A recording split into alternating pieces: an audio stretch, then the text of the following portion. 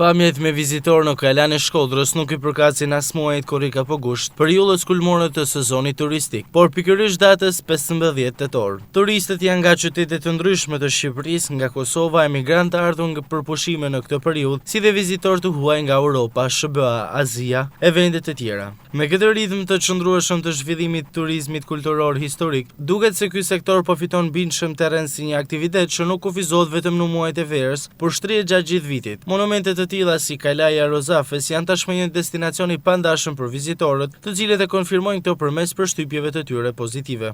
Emigrant na vijnë për Belgjikën. Super.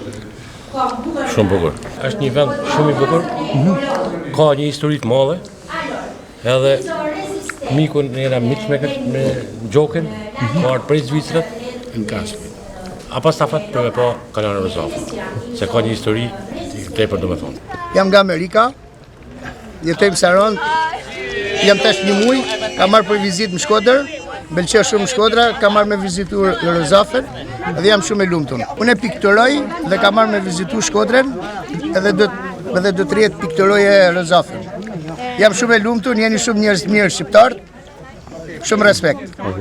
Sa po kemi ardhur, kemi një orë ose dy që vim nga Malizi për një vizitë të shkurtër. Gjithsesi jemi shumë, na ka lënë shumë bresa të veçanta. Kjo kështjella, Kalaja. Një tregues domethënës për zhvillimin e këtij sektori janë dhe të dhënat e zyrtare të vizitorëve, ku që nga fillimi I vitit numri I turistëve në Kalan e Shkodrës I ka kaluar mbi 160.000, duke kaluar ndjeshëm shifrat e një viti më parë, me edhe 2 muajt e gjysmë deri në fund të vitit. Kjo diferencë pritet të thellohet akoma më shumë. Shtrirja e turizmit kulturor historik gjatë gjithë vitit tashmë është një realitet.